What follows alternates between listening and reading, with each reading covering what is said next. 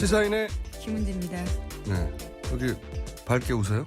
네, 금요일이어서요. 아, 그렇구나. 네. 크게 웃어요, 그러면. 네네. 첫 뉴스는요? 네, 어제 검찰은 박근혜 전 대통령에 대한 두 번째 구치소 조사를 했습니다. 박 전 대통령은 여기서 안종범 전 수석의 수첩에 대해서 부인을 했다라고 하는데요. 다른 사람에게 듣고 적은 내용 같다라면서 그 내용은 전혀 알지 못한다. 이렇게 했다고 합니다. 아, 이 해명의 수준이 너무 낮아요. 안종범 수석의 거의 50여 권에 이르는 실록이라고 막 부르는, 정말 실록이라고 부를 만큼 자세한 내용들. 꼼꼼합니다, 굉장히. 안종범 수석이 그 대통령이 불러주는 여러 가지 사안들을 받아 적느라고 1시간씩 전화기를 들고 있었다. 뭐 이런 정황들. 대포폰으로 전화해서. 그거를 그럼 대통령이 아닌 사람이 했다는 거예요? 안종범 수석에게 그렇게 지시할 수 있는 사람이 누가 있습니까? 대통령 왕수석인데. 혼자 상상으로 썼다라는 주장인 건지 뭔지 모르겠는데요. 말도 안 되는 소리죠, 이건. 예, 그런데 안 전 수석은 지난 1월 16일 그러니까 헌법재판소에 나와서요. 그와 관련해서는 박 대통령 이야기해 준 걸 대부분 다 썼다 이렇게 밝힌 바가 있습니다. 그러니까 말이 안 맞는 거죠. 이미 쓴 사람이 그렇게 이야기했는데요. 대통령의 수석 중에 첫 번째 수석인데 대통령 외에 50여 원을 받아줄게 할 수 있는 사람이 어디 있어요. 이걸 다른 사람이 어떻게 믿어요. 재판관이. 아, 이 변명을 이렇게밖에 못하나요? 아, 형량이 많이 나올 것 같아요. 자, 다음 뉴스는요. 네, 우병우 전 수석도 어제 검찰 소환돼서 조사받았는데요. 16시간 40분 조사받고 오늘 새벽 2시 40분 정도에 조사가 마쳤습니다. 검찰은 영장을 청구할 방침이라고 밝혔습니다. 이번엔 발부 가능성이 높죠, 사실은. 자, 이 사안은 영장이 청구되면 아마 다음 주 중에 되겠죠? 그때 다시 한번 자세히 다루는 것으로. 예. 다음 네. 뉴스는요? 예, 관련해서 뉴스타파 짧은 보도가 하나 있긴 한데요. 제목만 말씀드리면 우병우 측근이었던 국정원 2차장이 특검 인사에도 개입했다라는 이야기도 있습니다. 그러니까요. 예. 그러니까 특검을 만약에 성공했다면 걱정하지 않았겠죠. 자기 사람이 거기 꽂혀 있으니까. 그 사안은 역시 다음 주에 영장이 청구되면 다시 다루기로 하고. 자, 다음 뉴스는요. 네, 대선 공방 점점 뜨거워지고 있습니다. 네. 특히 더불어민주당 문재인 후보와 국민의당 안철수 후보 간의 검증 공방이요. 불붙고 있는 형국입니다.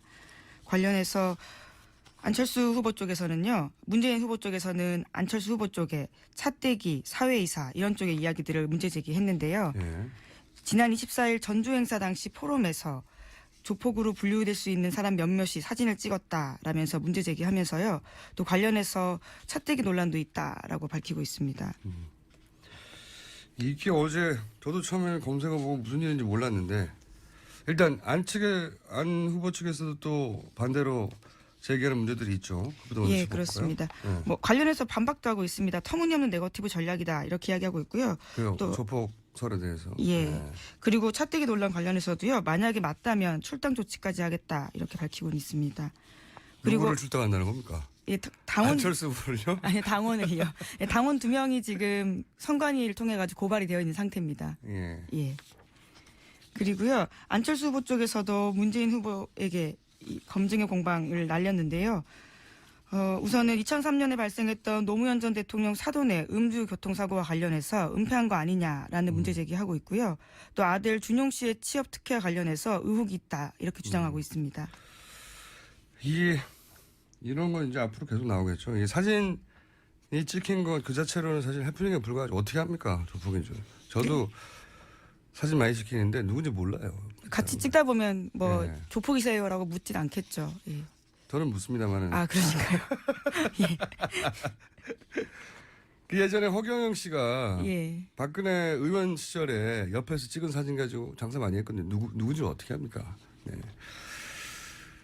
근데 제가 그 사진을 보고 좀 이상하다고 느낀 건, 알고 보니 조폭이었다. 이게 아니고, 그럴 수 있죠. 근데 그분들이 그 강연을 듣는 청중 쪽에 앉아 있었던 게 아니라 안 후보 뒤쪽에 앉아 있었거든요. 주최 측이라는 소리죠. 그 점이 좀 궁금했어요, 저는. 이분들이 왜 이 행사를 주최한 쪽에 앉아 있을까? 마침 주진우 기자가 전주 출신입니다. 예. 생긴 게 굉장히 불량하지 않습니까? 네, 그거 당사자의 반박이 있을 것 같습니다. 그리고 조폭과 굉장히 잘 알아요. 주요 취재원들 중에 한 명을 알고 있습니다. 네, 주요 취재원들 예. 조폭들 그래서 제가 전화를 했죠. 전주 지역 조폭 개보 좀 알아보라고 바로 나오더라고요. 예. 보니 조폭 통신을 돌려본 거죠. 조폭 통신을 돌려보니까 뭐 언론에서는 맞다 아니다 뭐 확인이 안 된다는데 맞다고 합니다. 예, 조폭 통신 돌려보니 지역에 그 중에는 감옥 갔다 온 사람도 있다고 해요. 그러니까 맞긴 맞는 거죠. 근데 여기까지는 그냥 그 지역 행사 관리를 잘못한 정도의 실수. 예. 아마도 뭐 많이 올라가 봐야 도의원 정도 레벨에서 책임질 일 아닌가. 그거 어떻게 합니까? 그 후보가. 이 정도로 안철수 후보가 조폭에 연루했다고 하면 이거 도가 맞죠. 뭐가 아쉬워서 조폭에 연루가 돼요. 근데 이제 여기서 확인할 게 하나 남긴 해요. 하나. 뭐냐면 그 다음날 이제 광주 지역 경선에서 렌터카로 이제 경선 참여자들을 동원했다 이런 사건이 있었죠. 네, 그 부분이 지금 송건희가 검찰에 고발한 건입니다. 사실 선거 동원 이거 새누리당, 민주당 과거에 많이 했어요. 굉장히 많이 했습니다. 흔히 있는 일이에요. 사실은 불법이지만 잘했다는 게 아니라 손학규 후보가 경선 도중에 이제 독수리 오영주 프로젝트 있다고 주장한 적이 있어요. 안철수 후보 쪽에서 5명씩 실어 나른다고. 근데 그런 문서 있다고 주장한 적이 있어요 중간에. 근데 이제 이게 나중에 렌터카하고 연결돼가지고 근데 그렇게 하지 않더라도 안철수 후보가 승리하는 건 거의 명백한 상황이었고. 그리고 선거에 생각보다 이런 일이 자주 발생하기 때문에 다만 이제 그게 안철수 후보 이미지가 안 맞아서 좀 더 논란이 된 게 있죠. 그러다가 안철수 후보가 진두지휘한 게 아니고 뭐 엄격하게 책임을 지겠다고 했으니까 넘어가는 분위기였다가 이게 이제 조폭 사진이 나와버린 겁니다. 끝났을 텐데 거기서. 남는 문제가 딱 하나예요. 주진우 기자 조폭 통신을 돌려보니까 이 조폭 조직원이 렌터카 업체를 전주에서 운영을 해요. 네. 그 업체가 바로 그 강주 경선에서 경선인들을 실어낸 그 렌터카 업체인가. 이게 확인이 안 되고 있는 거죠. 네. 제가 취재한 바로는 전주의 모 렌터카 업체가 16대 정도를 광주 경선에 동원한 건 맞아요.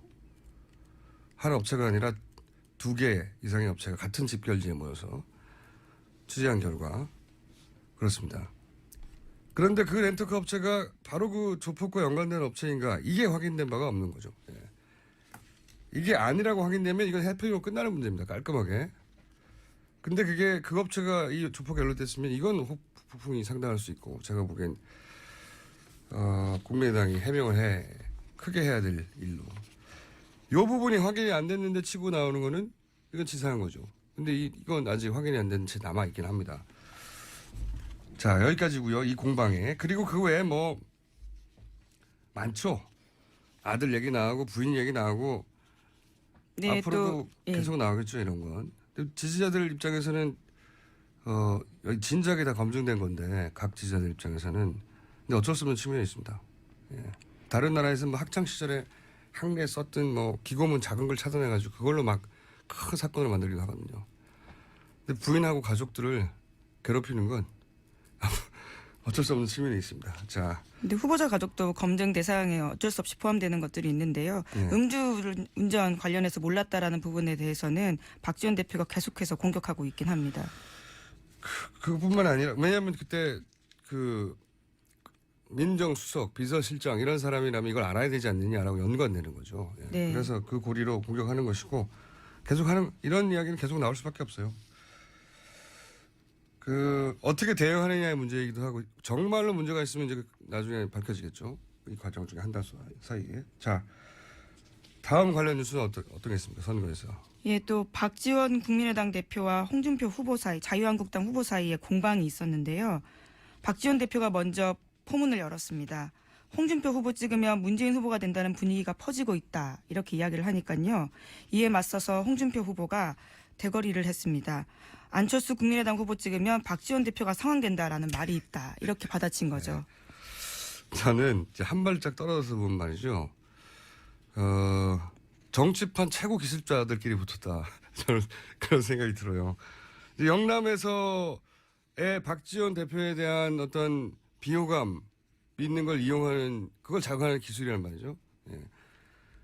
박지원 찍으면 아니 안철수 찍으면 박지원 상황된다 이런 거잖아요. 라임이죠 라임. 박지원 대표가 먼저 나가긴 했죠. 자신을 걸고 넘어진다고 생각하니까 바로 받아친 거죠. 보수의 이제 사표 방지 심리를 자극하려고 하는 거죠. 홍준표가 좋더라도 홍준표 찍으면 저 문제 많은 문재인이 돼. 과거에도 썼던 프레임들인데 이인재 찍으면 김대중 된다. 이런 게 기술이 들어가는 거죠.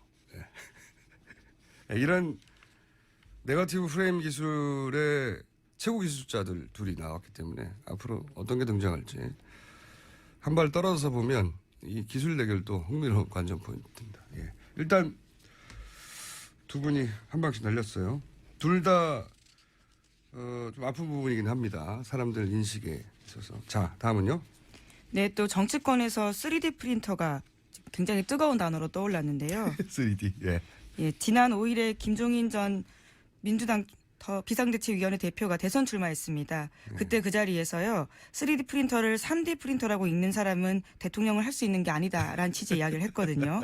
그러니까 문재인 후보를 공격한 거죠. 이거는 3D 그러니까 3디멘션 3차원 프린터인데 그러니까 그걸 3D로 읽다니 무식하다 혹은 뭐 촌스럽다 이런 공격이죠. 예. 네, 4차 산업 발전 혁명 뭐 이런 이야기 하는데 그걸 제대로 읽지 못했다 뭐 이런 이야기였는데요. 그게 3D인 줄도 몰라? 혹은 그걸 어떻게 3D로 읽어? 촌스럽거나 무식하다는 얘기죠. 예. 네, 또 거기다가요. 어제 국민의당 안철수 후보도 관훈클럽 토론에 나와서요. 이와 관련해서 이야기했습니다. 누구나 3D 프린터라고 읽는다라고 덧붙인 거죠. 요건 이제 야유죠. 야유. 같이. 야유. 여기 대해서 또 문재인 후보가 한마디 했겠죠. 네, 결국 어제 저녁에 반박 트위터 글을 올렸는데요. 이렇게 썼습니다. 우리가 무슨 홍길동입니까? 3을 3이라고 읽지 못하고 3라고 읽어야 합니까? 이렇게 이야기한 거죠. 호보 호영을 못한다. 거기 빗댄 거죠. 예. 이 정도 소소한 네거티브 공방은 좀 귀여운 수준이라고 봅니다만, 예. 이 정도에서 그치면 재밌겠네요. 이 사이에 한글 문화연대도 튀어나왔어요. 예. 이게 재밌는 일인데, 왜냐하면 한글 문화연대니까, 아니, 왜 3월 꼭 3라 읽어야 되냐고, 그러면서 이제 한글 문화연대니까 입체 성형기, 3차원 인쇄기, 이렇게 부르지 않은 게 문제지. 이렇게 치고 나오고. 이 정도면 귀여운 공방입니다. 아직은 이 정도 수준에서 각 후보들은 직접 공방을 하고 있어요. 근데 3D를 3D라고 읽었다고 대통령을 못한다는 공격 자체가 좀 수준이 낮긴 했어요. 하지만 기회는 쏙 들어옵니다. 자, 다음 뉴스는요? 네, 다른 후보들 이야기도 좀 전해드리겠습니다. 바른정당의 유승민 후보 같은 경우에는요. 1박 2일로 PK와 TK에 계속 지금 지지를 다지고 있습니다. 광폭 행보를 하면서 영남 지역에서 전통적인 보수층 지지를 이끌어내려고 하고 있습니다. 그렇군요. 유승민 후보가 지금 뭐랄까요. 정의당의 심상정 후보. 보수의 정의당이 됐어요.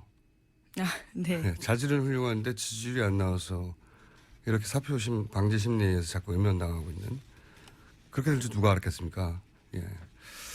그런 상황이고 정의당 입장에서도 안타까운 일이죠. 지금 문안 구도가 자기 영역을 자꾸 줄이고 있죠. 정의당은.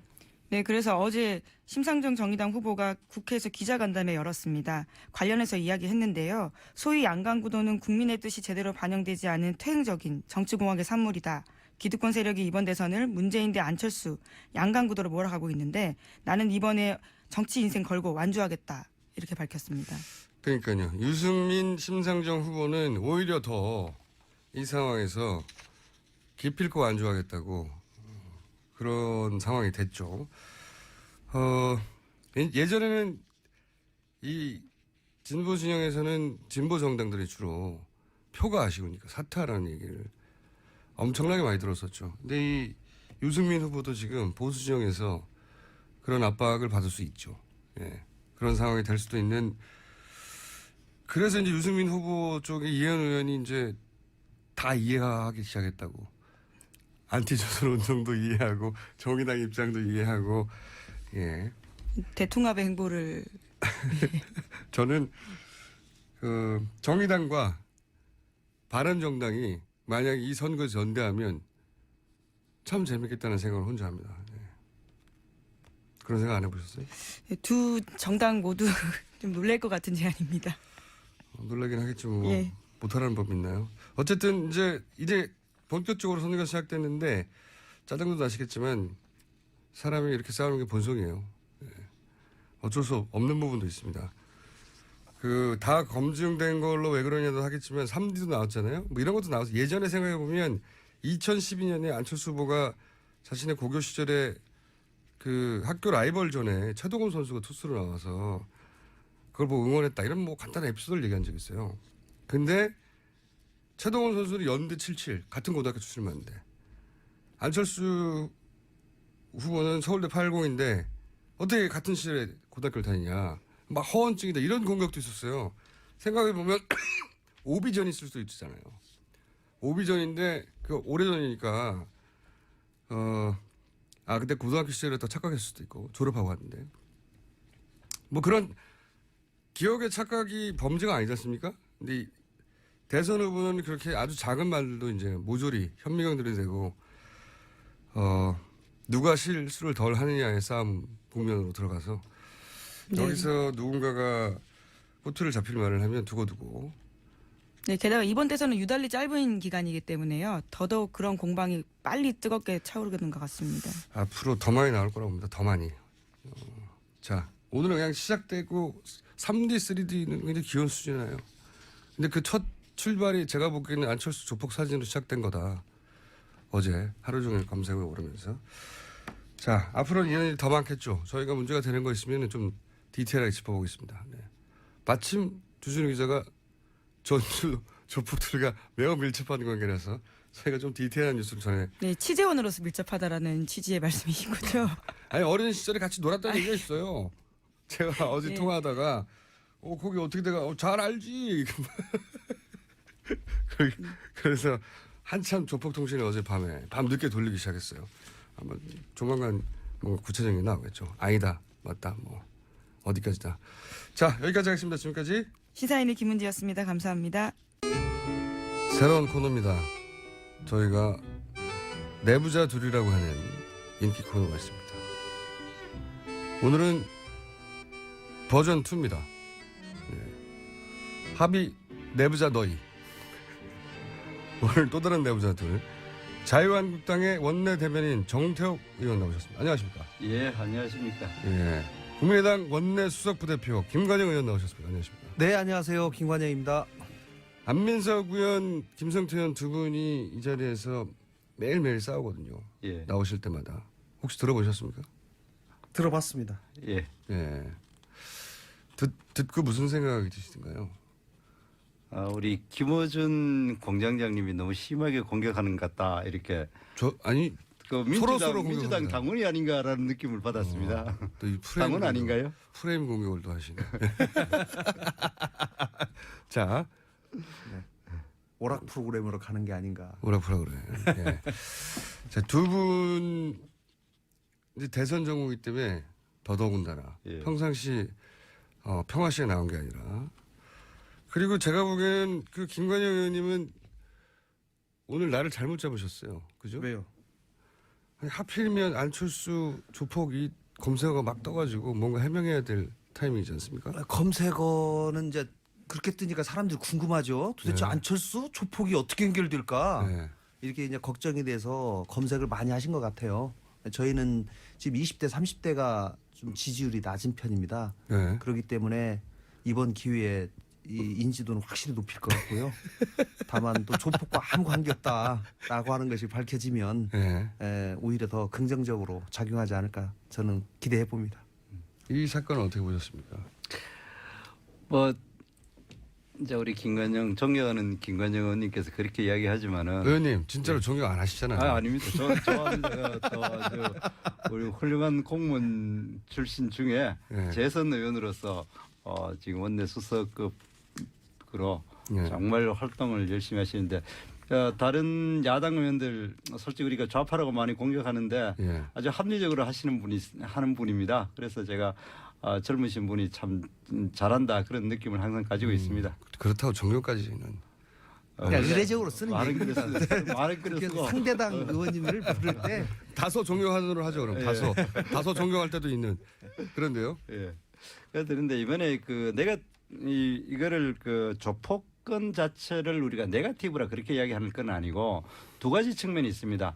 이제 본격적으로 그 안철수 후보에 대해서 검증이 들어갔다. 그렇게 그럴 들어간 수 측면이 있죠. 있고, 예, 예, 확실히. 측면이 이제 시작됐다. 예. 뭐 좋은 면도 있겠죠. 이제 검증이 됐다는 그만큼 주목을 받으니까 검증이 들어갔다는 측면이 하나 견제가 있고. 들어가는 거죠 견제가. 예. 예. 그리고 두 번째 이제 조폭이라 하는 거는 뭐 그거는 사진을 누구라 찍느냐도 문제가 있겠지만은 안철수 후보가 가지고 있는 가장 큰 문제점이 바로 애매모호성 때문에 이 사람 저 사람 아무 지지를 지금 다 받아놨는 그런 상황이거든요. 그러다 보면 그중에 조폭도 들어갈 거고 또 뭐 희한한 사람도 다 있을 거예요.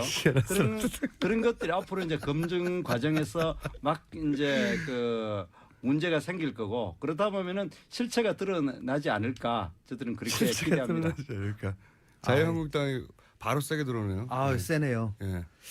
그런데 이제 정 의원님도 선거 해보시면 알지만은 여기도 존경하는 정 의원님 해주셔야죠. 예. 정말 존경합니다. 네. 저는 마음으로 존경하기 때문에 표현은 제가 자제하겠습니다. 그런데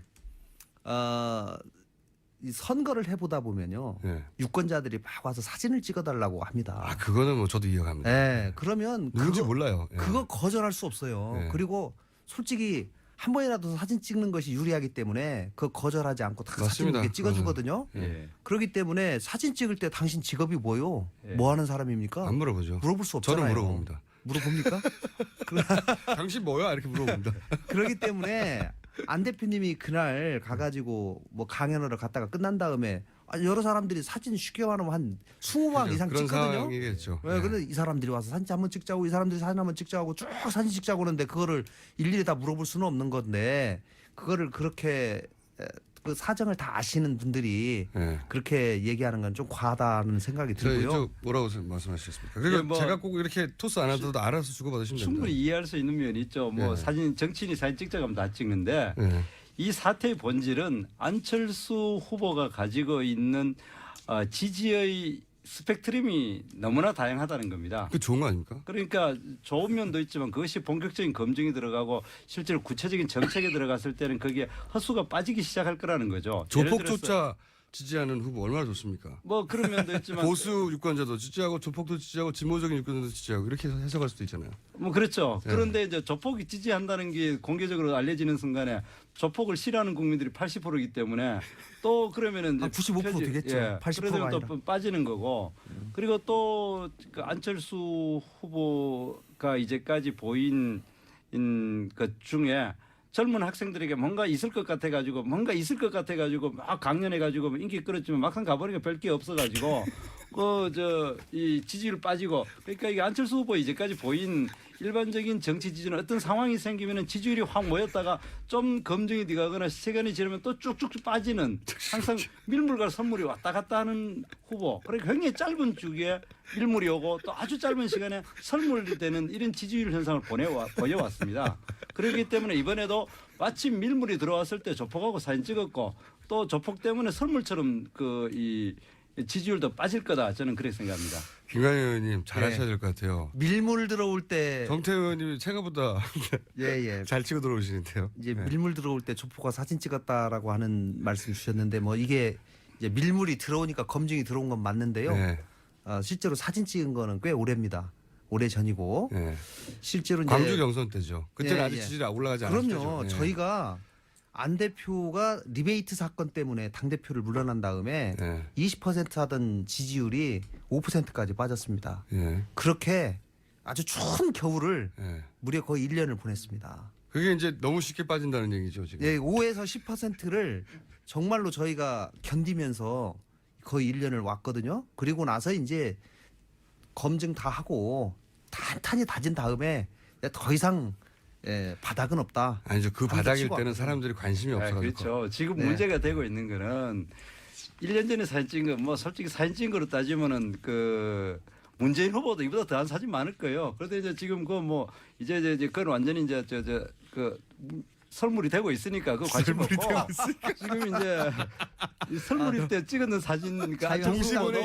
안철수 문재인 동시보내기. 그러다 되니까 밀물에 들어오니까 그때 그 선물 때 사진도 이제 지금 나와가지고 이제 그 검증이 들어가는 거죠. 그러니까 좋습니다. 안 후보에 대해서 검증을 제대로 하자. 네. 이제 어느 정도 가능성이 생겼기 때문에 그거 뭐 저도 동의하고요.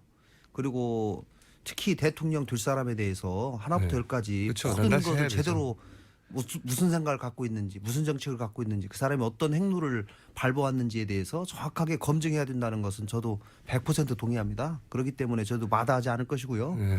그리고 정정당당하게 대응을 해야 된다고 생각합니다. 그러면 저는 사진은 정말 조폭인 줄 알고 찍었다는 건 말이 안 된다고 보는데요. 이거는 좀 이상했어요. 그 찍힌 분들이 예를 들어서 그 강연장의 앞에 와가지고 아우 조폭이지만 나 안철수 좋아하고 올 수 있잖아요. 네. 당연히 네. 그분들은 뭐 사람 아닙니까? 좋아할 수 있죠. 근데 네. 그게 아니라 행사장 뒤쪽에 이렇게 앉아 있잖아요. 그러면 그 네. 주최자라는 얘기거든요. 행사장 뒤쪽에 앉아 있었습니까?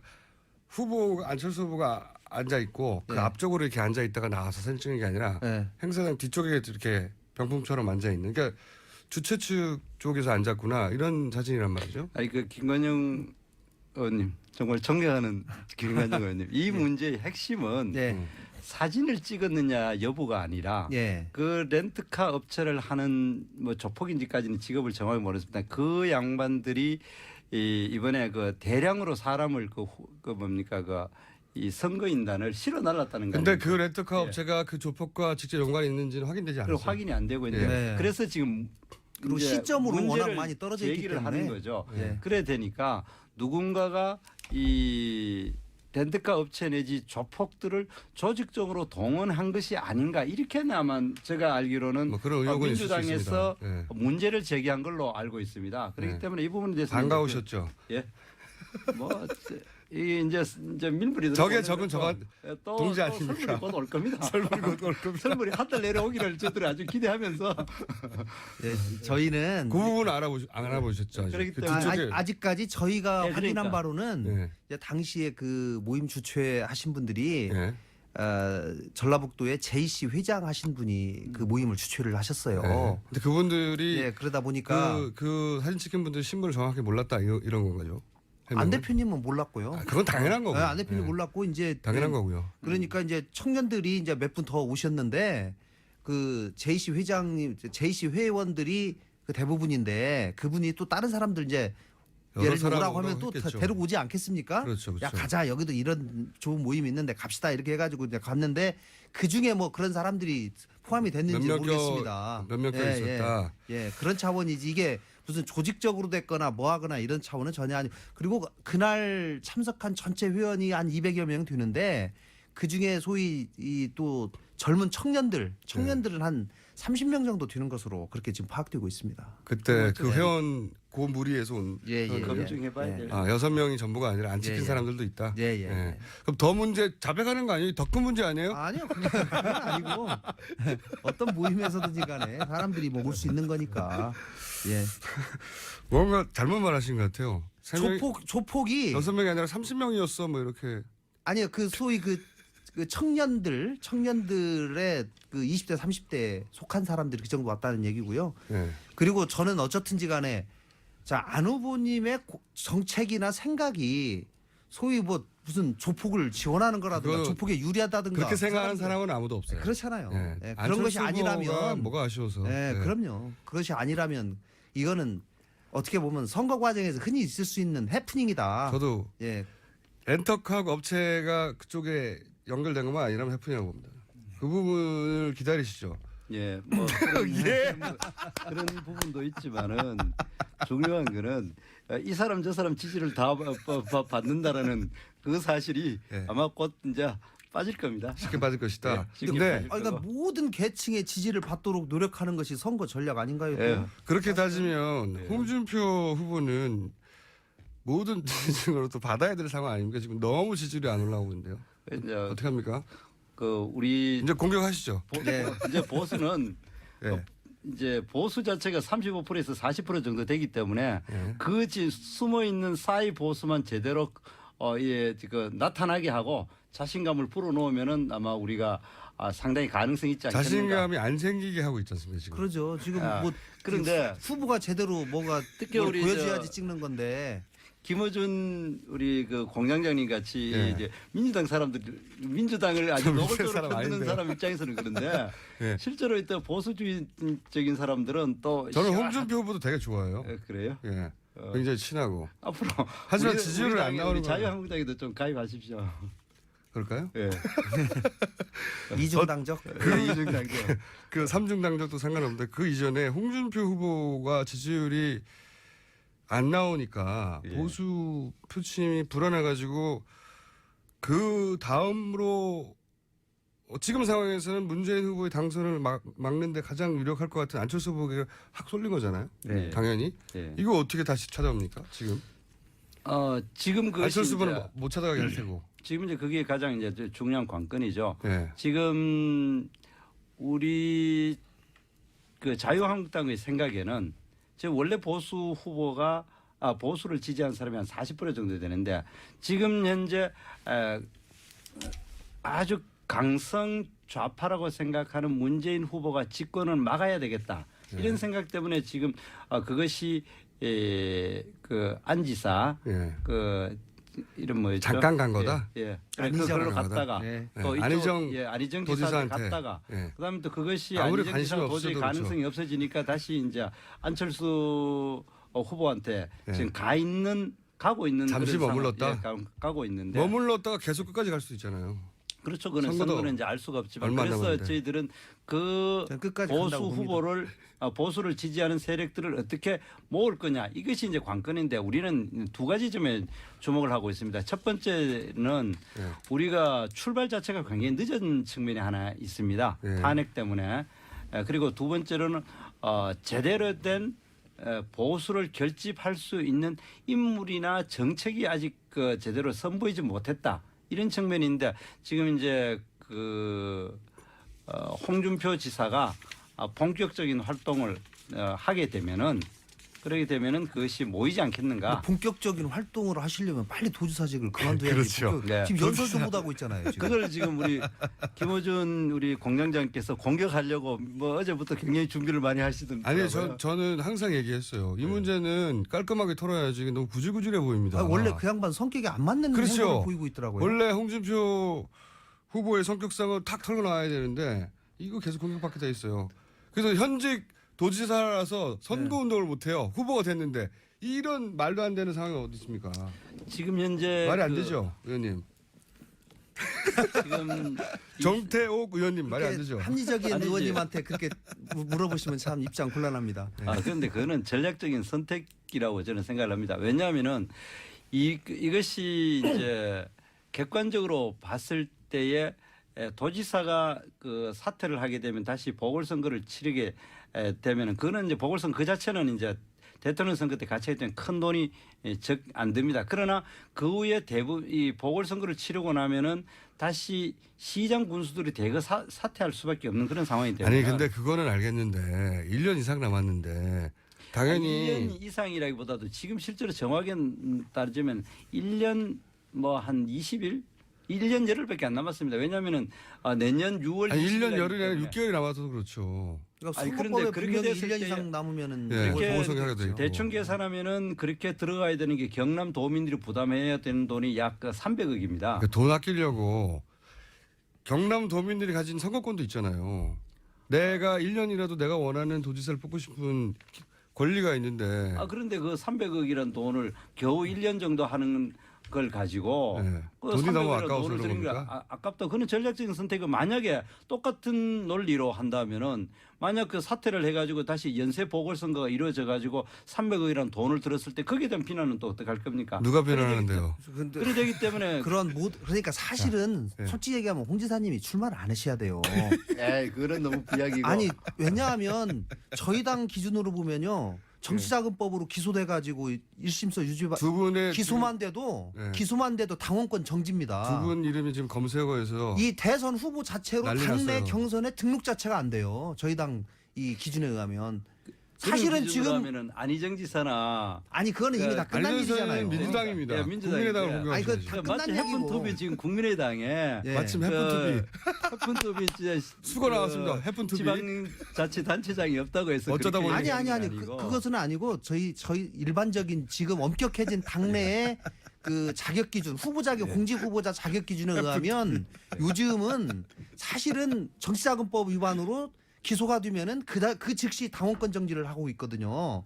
그런데 홍 지사님이 1심에서 특히 유죄 판결 받으신 분이 2심에서 잠시 무죄 났다고 그래가지고 이렇게 바로 대선 후보 경선에 뛰어들어가지고 이렇게 나오는 건 사실 솔직히 얘기하면 국민들 정서에는 안 맞는 거죠. 이것도 그건 국민에 대한 맞습니다. 저는 도리가 아니라고 네. 생각합니다. 저 솔직히. 홍준표 도지사 그리고 지금 도지사를 개인적으로 그만두냐 좋아하지만 그건 말하냐. 맞습니다. 금방 말씀하신 것처럼 그리고 저는 본인이 도지사를 만약에 이번에 그만두면 보궐선거해야 되는데 시장 군수들이 그만두고 도지사를 출마할 거기 때문에 연쇄 또 선거가 있을 것이다. 이건 본인의 예상일 뿐이지 왜 그것까지 걱정을 해요? 그건 아이, 걱정하실 그래, 뿐이 아니죠. 현실적으로 그럴 가능성이 굉장히 많이 이게 있는 혹시 거죠. 예.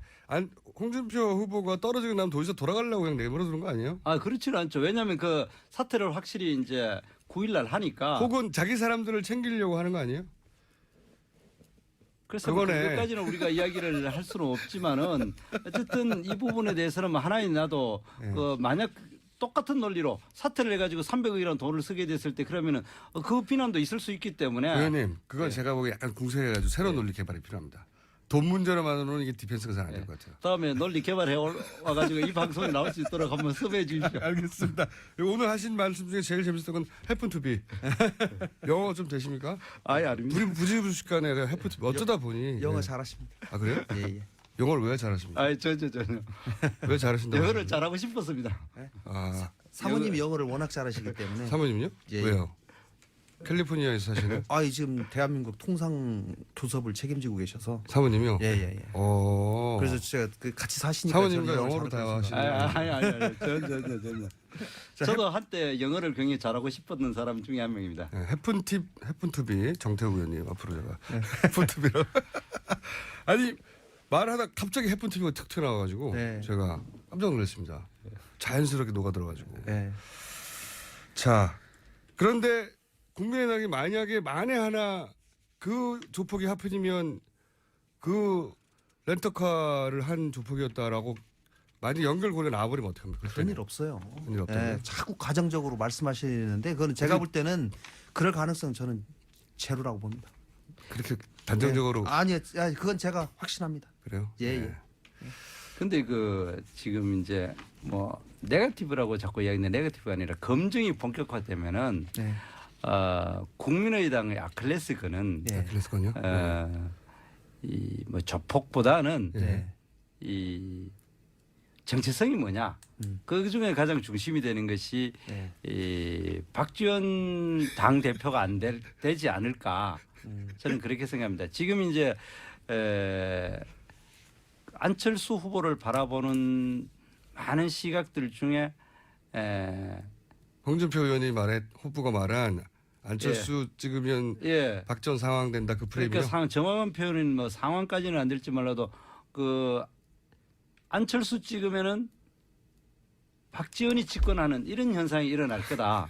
그리고 지금 현재 보면은 그런 것이 여러 곳에 나타나는데 사드 문제에 있어 가지고도 우리 국가 안보에서 가장 중요한 것에 대해서 안철수 후보가 사드는 지금 필요하다.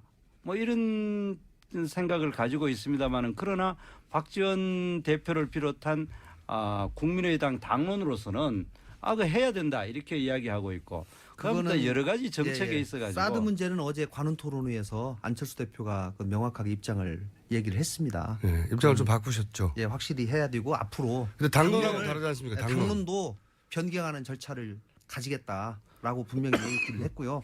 이제 박지원 대표님과 안철수 그거는 이제 대표의 선거 관계는 보수표를 좀 잡아보려고 갑자기 갑자기 아니고 안철수 대표가 이미 대통령 출마하시면서부터 당론까지 계속 그렇게 얘기를 바꾸겠다는 했어요. 건. 그러니까 지금 이제 그때 당시 그러니까 이제 그런데 한편으로는 네. 우리 당이 하나가 돼가지고 안철수 대표를 이제 앞으로 대통령 뽑아주시오 이렇게 얘기를 하면서 당론은 지금 변경 절차를 하지 않았거든요. 근데 네. 당론이라고 하는 거는 이게 굉장히 이 중요한 거잖아요. 변경 절차가 복잡합니다. 네. 적어도 전체 의원의 3분의 2 이상이 동의를 해야지만이 바꿀 수가 있는 거거든요. 그거는 비난받을 것 같은데요. 그러니까 예. 지금 그렇기 때문에 이제 그 부분에 관해서도 저희가 충분히 공론화를 해서 변경하는 절차를 한번 해보겠다는 대통령이 얘기예요. 되려고 당론도 막 바꾸고 짧은 시간에 그런 걸로 비난받을 것 같은데 그죠? 아니 근데 지난번에 이미 사실은 뭐 한번 바꾸려고 하는 얘기가 있었습니다. 그러나 네. 이제 어쨌든지 또 여러 가지 사정을 그 고려해서 김대중 그때는 잠시 전 홀딩하자 대통령의 이렇게 이제 했었던 건데. 남북 관계에 대한 철학으로 볼 때는 바꿀 수는 없는 정책 아닙니까? 당론? 예, 저희가 그런 차원에서 처음에 사드를 맨 처음에 반대를 냈고 당론으로 채택을 한 것이 맞습니다. 예. 그런데 그 뒤에 이제 저희가 그러다가 상황 보수표를 변화- 못 잡을 것 같으니까 이제 바꾸려는 거잖아요. 아니 그런 건 아니고요. 맞죠, 뭘 이 그건. 부분에 대해서는요. 이- 예, 그, 오히려 사실은 민주당이 뭐 보수표 생각해가지고 중도 보수를 생각해가지고 전략적 모성이다 해가지고 거기도 그렇게 하고 있긴 당론 합니다. 채택 예. 과정도 거치지 않았지 않습니까? 우리는 아주 처음에 냉정하게 판단해가지고 당론을 정식으로 채택을 했어요. 그러다가 그러나 바꾸려니까 더 티가 나지 않습니까? 지금 어떡합니까 이거. 사실은 바꿀 때 생기는 여러 가지 애로가 있을 수도 있습니다. 솔직히 네. 그러나 이제는 저희가 바꿔야 된다라고 대부분의 의원들이 생각을 하기 그래요? 때문에 사드 맞습니다. 당론도? 예. 이건 제가 욕먹을 것 같아서 보니까. 예. 이게 바로 저 민주당이 어려운 게 예. 국민이 불안해하는 것이 바로 저 부분입니다. 국민의당입니다. 저 국민의당. 난 둘 다 맞아, 똑같아. 민주당이라 해서 저는 아니 민주당이랑 국민의당이랑 제 눈에도 그렇고 국민의 눈에 똑같이 보입니다. 그냥 다 같이 일종의 좌파이기 때문에 그냥 제가 자꾸 저거 실수했습니다. 그런데 문제는 국민의당이 안철수 후보가 지지율이 안 오르고 그냥 바닥이 길 때는 그때 당시 그 안철수 후보가 사드를 찬성해야 된다 이야기하니까 당원들이 그 의원총회 모여가지고 그대로 가기로 결정했지 않습니까? 예. 지금 이제 지지율이 상당히 오르고 집권의 가능성이 있고 보수표를 좀 받아올 것 같으니까 또 뭡니까 당론도 바꾸고, 또 예. 바꿀 입장도 것처럼 바꾸고 보이는 하죠. 거는 그런 이제 우리 왜 그런 거 있지 않습니까? 안철수 후보는 예. 그냥 바깥에 나가가지고 뭡니까 표 받아오는 사람이고 예. 실제로 그 주인들은 예. 그 국민의당을 주류를 이루고 있는 박지원 대표를 비롯한 상당히 좌파 성향을 가진 사람들이 주류다 그런 생각을 가지게 하는 전형적인 사건이죠. 그렇기 때문에 지금이라도 얼마든지 안철수 후보가 그 중도적인 입장의 정책이나 말을 하더라도 믿을 수가 없는 거죠. 제가 이렇게 근본적인 좀 말씀드릴게요. 이제 저희 당을 뭐 민주당하고 비슷하다 네. 뭐 이렇게 얘기를 하는 사람들이 있습니다. 비슷한 점은 있죠. 물론 비슷한 것도 있고 다른 점도 있죠. 네. 그러나 이제 가장 다른 것은 뭐냐면 저희 당에 계신 분들이 뭐 안철수 후보나 저나 민주당에 있을 때 이 정치로는 도저히 안 되겠다 싶어서 나온 거고요. 저희가 맨 처음에 얘기한 것은 양극단의 정치를 배제하고 지금 너무나 적대적 공존관계에 있는데 이것을 배제하고 이제는 중도 쪽에 통합하는 정치를 해야 되겠다라고 나온 거고요. 그다음에 그러면은 나온 사람들이 지금 저희 당의 국회의원이 40명인데요. 40명의 국회의원 중에 이번에 국민의당이 창당된 이후에 새로 초선이 된 사람이 23명입니다. 그렇기 때문에 과거 민주당에 있는 그 뿌리가 다 그대로 온 거 아니냐 또 이렇게 말씀하시면 거의 절반 이상이 이미 초선으로 채워져 있고 새로운 물로 채워져 있거든요. 홍준표 찍으면 문재인인데 이건 어떻게 생각하세요? 이제 뭐 그럴 가능성도 있지요. 그러나 그러면 안철수 찍으면 박지원 정권 된다. 이건 어떻게 생각하세요? 그건 전혀 아니죠. 그거는 두 분에 대한 다 모욕이라고 생각합니다. 홍준표 찍으면요. 예. 홍준표가 당선되지 누가 당선되겠습니까? 그건 제가 이제 금방 아까 말씀드렸으니까 박지원 대표님과 안철수 대표님의 관계를 그런 식으로 이게 생각하시는 거는 이게 두 분의 관계를 전혀 모르고 우리 당의 구조를 모르시는 거고요. 안철수 대표님이 얼만큼 독자적인 행보를 해오셨고 독자적인 의사결정을 해오셨는지는 정태호는 김관영 의원. 예, 지금까지 해보시면 알 거예요. 지금까지 어떤 그러니까 행보를 해오셨는지. 지금 뭐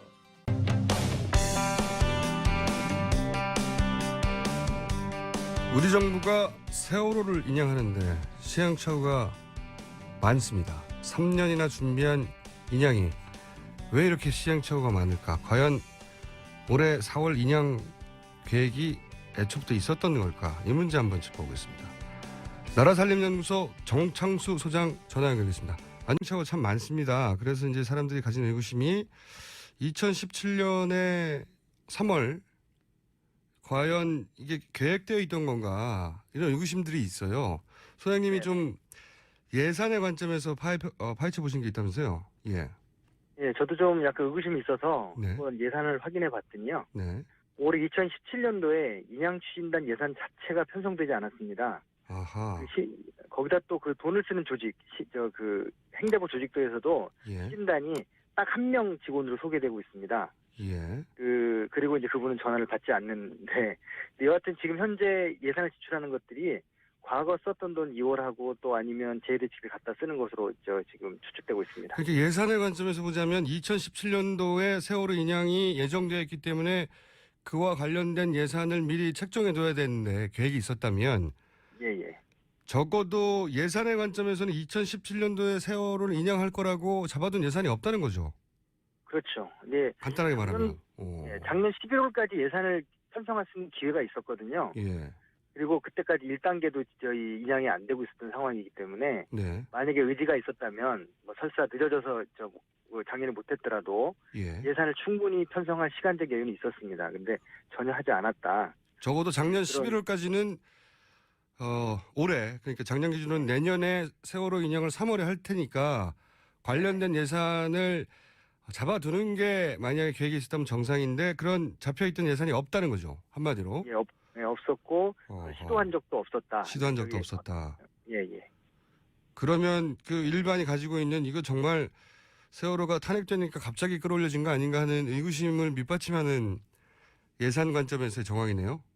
그렇죠. 저희가 이제 행정이라는 게 그게 갑자기 되고 뭐 이런 게 아니기 때문에. 그렇죠. 정부 행정은 특히나. 만일을 대비하거든요. 네네. 그리고 이거는 또 한두 작은 사안이 아니고 매우 큰 사안인데 지금 내년도에 반드시 할 수밖에 없는 상황이라고 한다면 예산을 편성했겠죠. 그렇죠. 이거 좀 굉장히 구체적인 정황이 처음으로 나온 건데 계획이 없었을 수도 있다는. 그러면 지금은 어느 돈을 끌어다 쓰는 겁니까? 예산이 없었으면. 주로 지금까지 했던 방식이 재대책비 끌어다 쓴 건데요. 재대책비요? 예. 예, 재대책비가 이제 보통 진짜 사고가 나고 했을 일종 예비비네요. 예.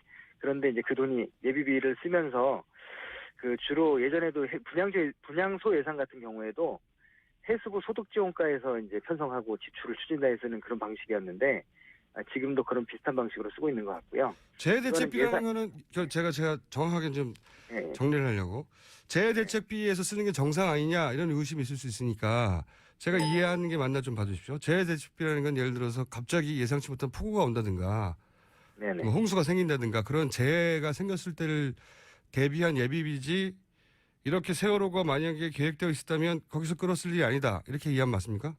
그렇죠. 그리고 세월호가 지금 한두 달 내에 이런 일도 아니고 그렇죠. 3년간 3년이 된 일인데 예. 그런 걸 재대책비로 쓰는 건 예산 목적의 사용금지라는 원칙에 어긋납니다. 아하.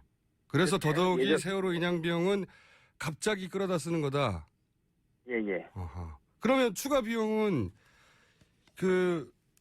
누가 책임지는 겁니까? 지금 상하이 LPG가 추가로 들어간 비용들은 알아서 부담하는 거라고 그런 보도가 있었는데 이건 확인해 보셨나요? 그런 보도가 있고 그렇지만 정부는 확인해지고 있지 않고 있습니다. 만약에 정말 그렇게 하는 것이 원칙이고 그렇게 결정이 됐다면 아마 정부는 오히려 더 그걸 강조할 텐데 예. 정부에 있어서는 그 부분에서 모호한 답변을 일관하고 있고 계약서라든가 지금 현재 지금 작년 말에 끝났어야 되잖아요. 네네. 그러면 연장됐을 때 원래 배상비도 직접 주기로 돼 있었는데 상하이 LPG에서 그런 거에 대해서도 일체 지금 아무 답변을 하고 있지 않고 있습니다. 배상비라는 거는 지체보상금 같은 걸 말씀하시는 겁니까? 네, 그렇죠. 예. 상하이 LPG가 예를 들어서 2년 안에 인양하기로 했는데 인양을 계약된 기간 내에 못하면 배상금을 내는 그런 조항. 추가 비용 당연히 내고 배상도 하고 이렇게 원래 다른 계약은 그렇게 하고 있습니다. 그런 건 계약서를 확인해 봐야 되잖아요. 그렇죠. 그런데 3년이 되도록 공개를 안 하고 있기 때문에 계약은 공개되고 있지 않다. 예. 그러니까 실제 추가 비용이 어떻게 정산되거나 누가 지출하고 있는지 확인할 길이 없다는 말씀이시네요. 예, 맞습니다. 정부는 문의를 하면 거기에 대해서는 답변을 안 합니까? 예, 답변을 안 하고 있고요. 예.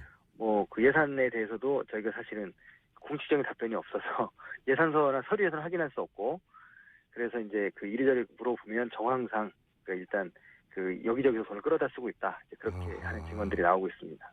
여기저기서 이게 예산이 책정이 안 됐었다는 게 정부가 하는 일이기 때문에 예, 예. 할 계획이 있다면 무조건 예산이 이전에 책정되는데 책정을 안 했다는 건 올해 인양 계획이 없었다라고 주장할 굉장히 분명한 근거가 되네요. 그렇죠. 그리고 11월 정확히 얘기하면 11월 30일, 12월 1일까지 예산을 집어넣을 수가 있는데 이런 예산은 야당도 당연히 찬성할 예산 아닙니까? 당연하죠.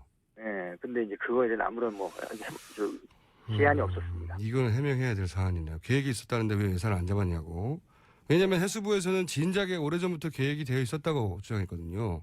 예, 예. 예, 이거 탄핵 때 갑자기 급하게 인양하는 거 아니냐고 주장하니까 사람들이. 그리고 이런 재대식비 이런 거는 해수부 차원에서 판단할 수 있는 문제가 아니고요. 네, 대부분 이제 그 총리실이나 기재부가 결정을 해줘야 되는 문제거든요. 그렇겠죠. 그렇기 때문에 그 안 해준 것도 그분들이 결정할 가능성이 높고 그리고 해주는 것도 그분들이 결정할 가능성이 높기 때문에 그 해수부는 아마 제가 볼 때 하라는 대로 할 그런 상황인 거죠. 그러니까 해봐야 됩니다.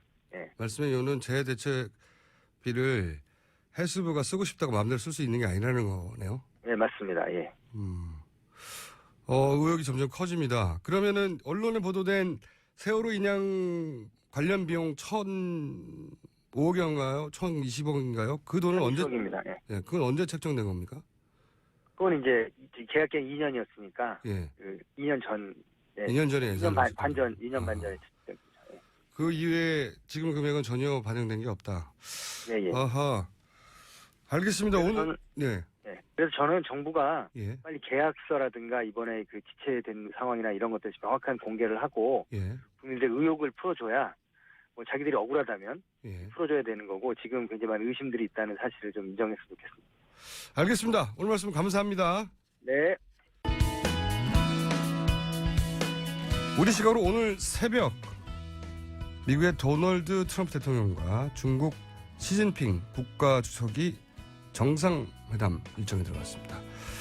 가장 가까운 주변국이기 때문에 이 문제 대선 기간에 꼭 짚어봐야 할 것 같아 오늘 짚어보겠습니다. 두 정상은 어떤 대화를 나눌지 아산정책연구원의 김지훈 박사님 나오셨습니다. 안녕하세요. 안녕하세요. 이게 큰 뉴스입니까? 우선 미국에서? 미국은 워낙 정상회담이 많으니까요. 우리한테는 굉장히 큰 뉴스고. 그렇죠. 근데 지금 이제 뉴욕타임즈나 워싱턴 포스트, CNN 이런 걸 이제 매일 아침 이제 체크를 하는데 지금 제 일면에 걸려 있는 뉴스 사실 이거는 아니에요. 아 그래요? 네. 우리한테 갑자기 주제를 바꾸시고. 우리한테 아니 저는 당연히 이게 제일 큰 뉴스일 것 같아서 네. 중국과 미국 정상이 드디어 그렇죠. 만났으니까. 세계적인 관심이 쏠려 있긴 하죠. 그런데 미국 내에서는 아니라고요. 일본이. 미국 내에서는 한 2번 그렇죠. 정도 수됩니까? 정치권에서? 2번이 아니고 한 3번쯤 되는 것 같아요. 그 정도밖에 안 돼요. 네. 그럼 일단 미국에서는 3번 뉴스. 이 회담의 핵심 주제는 뭐가 될 거라고 전망 들었나요?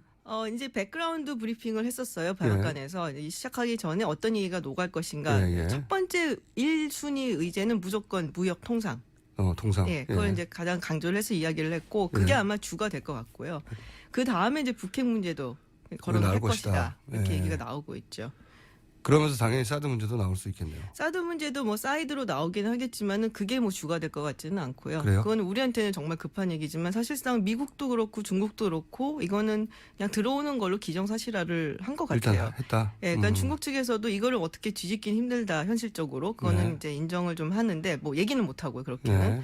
그렇기 근데 때문에 전략 자체를 들어오는 걸로 하되 네. 어떤 식으로 그걸 지렛대로 자기가 원하는 걸 얻을 거냐 이렇게 그렇죠. 바뀐 좀 거. 진행을 좀 더디게 만들다거나 그리고 지금 보면은 올해 11월에 19차 공산당 대회가 있어요. 네. 거기서 이제 시진핑 제2 집권기가 시작이 되는데 이제 혹자들 얘기하기로는 그걸로 끝나지 않는다. 3기도 간다. 뭐 이런 얘기들이 사실 있거든요.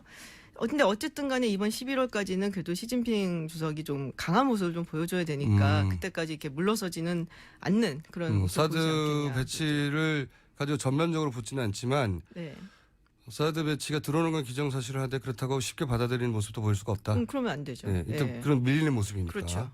자국 내에서는 사드 때문에 큰 문제 제기가 있었으니까. 그렇죠. 예. 그리고 그 사이에 우리만 죽어나는군요. 우리가 이제 그렇죠 힘들어지는 거죠. 뭐 중국은 사실 시진핑 주석 같은 경우는 이제 중국 내 공산당에서는 북한을 그래도 전통적인 혈맹처럼 여기는 사람들이 훨씬 좀 많고 세력도 네. 있었는데 그거를 약간 누르고서는 친한 정책을 한 거거든요. 예.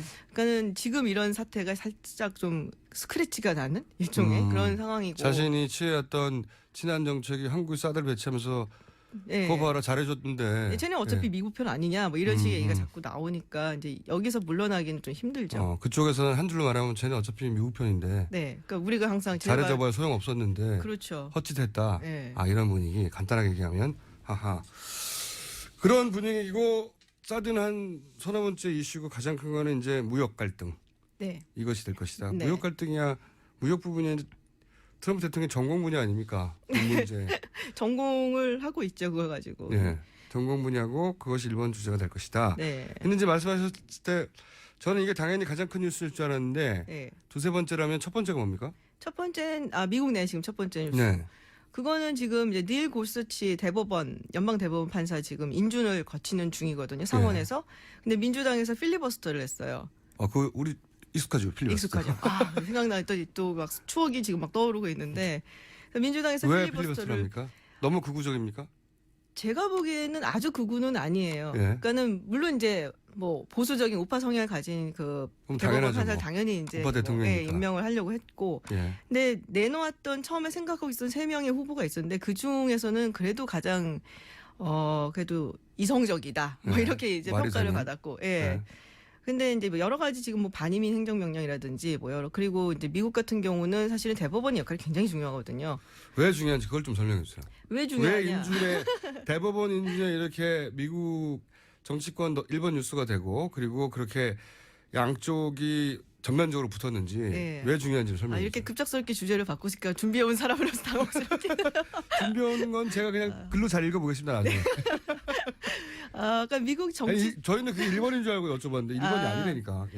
그러니까는 이 주디셜 리뷰라는 게 있어요. 그러니까는 그러니까 미국의 연방 대법원 같은 경우는 한국의 헌법재판소랑 비슷한 역할을 해요. 동시에. 예, 그러니까 이 법안이라든지 혹은 뭐 대통령이 내린 행정명령이라든지 이런 것들이 헌법에 위배되는가 아닌가 이런 거를 이제 판결을 해주는 거거든요. 그래서 거기서 어떤 판결을 받느냐에 따라서 대통령이 내린 행정명령이 뭐 그러니까 무의미해질 수도 있는 거고, 그리고 그렇구나. 법안이 뭐 완전히 뒤집어질 수도 있는 거고, 그리고 새로운 역사가 만들기도 하고, 뭐 이런 식으로 굉장히 굵직굵직한 판례들이 있어요. 그래서 그러니까 대통령이 자신의 행정명령으로 하고 싶은 것조차 대법원에 의해서 막아질 수가 있는 거예요. 그럼요. 거기는. 예. 그리고 실제 그런 사례도 많고. 그런 사례들도 많고. 아하. 근데 지금까지 이게 8명이었어요. 힘이 세네요, 아주. 힘이 아주 세죠. 그러니까 안 센 거 같은데 센 거죠. 그러니까 대통령을 직접 견제할 수 있기 때문에 트럼프라는 대통령을 이 재판관이 지지해 주느냐, 네. 아니면 적절히 견제해 주느냐에 따라서 미국이 전혀 다른 방향으로 갈 수 있으니까. 그렇죠. 미국 입장에서는 네. 대통령뿐이 아니고 사실은 의회도 견제를 할 수가 있거든요. 의회 법안 같은 거 이런 것들이 위헌이다 이렇게 판결을 내리면은 이제 또 그게 이제 끝이 되기 때문에 그래서 그런 면에서 굉장히 중요한 역할을 상권 분립의 하는데. 힘이네요, 그게. 제대로. 네, 그런데 사실은 뭐 건국 아버지들이라고 불리우는 이 사람들이 이 사법부를 만들 때는 그렇게 생각을 안 하고 만들었어요. 대충 만들어놨는데 이게 이제 뭐 여러 가지 역사적 사건을 겪다 보니까는 갑자기 이제 힘이 세지는. 점점점 세지는. 예, 그런 식으로 발전을 했죠. 그러니까 집권하자는 반대쪽 정치 세력에서 볼 때는 미국의 대통령 힘이 막강한데 막을 수 있는 유일한 수단이 사실상 의회 아니면 이 사법부인데. 네. 이 사법부는 또 같은 편이 되기 쉽잖아요. 그렇죠. 임명권자가 그렇죠. 이제. 그리고 유명한 대통령, 인기 있는 대통령이면 선거에서 이겨서 상하원을 장악하기도 하니까 네. 유일하게 남아 있는 게 사법부라서 점점 힘이 세졌다. 뭐 그렇게도 얘기할 수 있고 하여튼 사건들이 되게 많았어요. 아주 역사적인 판례들이 그걸 통해서 이제 미국의 힘을 가치를 얻어갔고. 결정하는. 예.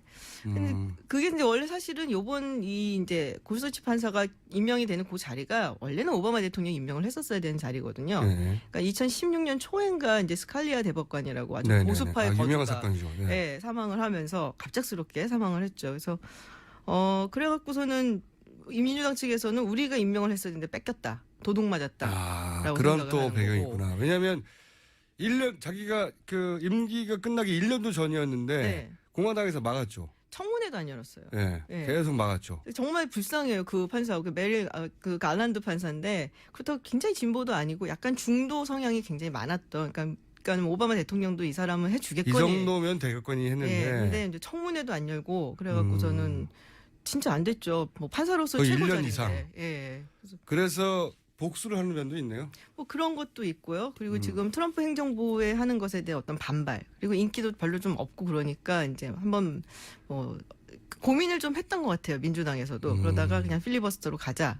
그럼 그런- 필리버스터로 실제로 막을 수 있어요? 필리버스터를 갔는데 이제 공화당에서 거기에 대응해서 이제 뉴클리어 옵션이라고 있어요.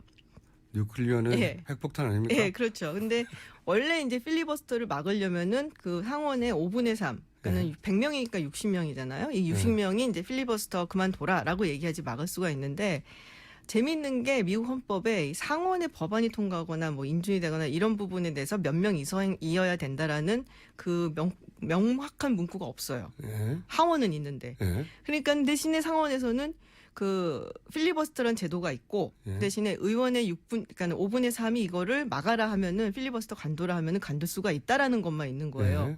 그러니까 약간 통상적으로 하원에서 반이 넘으면 통과가 되니까 예. 뭐 통과가 웬만한 건 그렇게 통과를 이제 시키는데 여기서 필리버스터를 해버리면 일단 60명이 차야지 법안이든 뭐 인준이든 이게 가능해지거든요.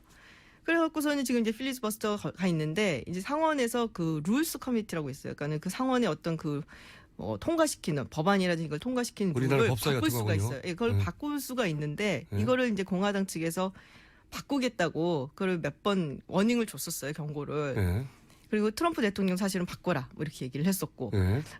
그래서 이제 사실 근데 그러면은 상원의 어떤 의미라든지 견제 능력이라든지 뭐 사실상 마음에 안 드는 법안도 그럼 이런 식으로 뉴클리어 옵션을 써갖고서는 반만 뭐 찬성을 하면 통과시키는 이런 식으로 자신들이 견제해왔던 어떤 뭐 파워, 권력 같은 거를 잃어버리는 게 아니냐 해서 굉장히 반대도 심했는데 뉴클리어 옵션을 가기로 한 거죠. 너무 많이 들어갔습니다. 듣다 보니까 저도 말하다 보니까 이게 너무 갔는데 너무 몰라도 되는 사실까지 뭐 알게 되고 거기까지는 알고 싶지 네. 않고. 자, 그럼 다시 네. 두 번째가 먼저 간단히 짚고 다시 이 중미 회담으로 돌아오죠. 두 번째는 뭐예요? 이슈가 큰 게? 두 번째는 이제 누네스 하원 네, 정보위원장이 있는데 예. 이 사람이 백악관 가서 뭐 정보 가지고 와갖고 혼자 발표했다고 뭐 그 러시아 게이트 관련된 러시아 이야기. 예. 트럼프하고 러시아 관련이니까. 네, 한 열흘 전에 있었던 얘기인데 네. 그래갖고 막 민주당에서 난리가 났었죠. 네가 뭐 여기 관여하면 안 된다. 그래서 뭐 사퇴해라 이 사건에서 손 떼라라고 얘기를 했었는데 버티다가 결국에는 손을 떼기로 했어요. 러시아 게이트 관련된 뉴스로. 네.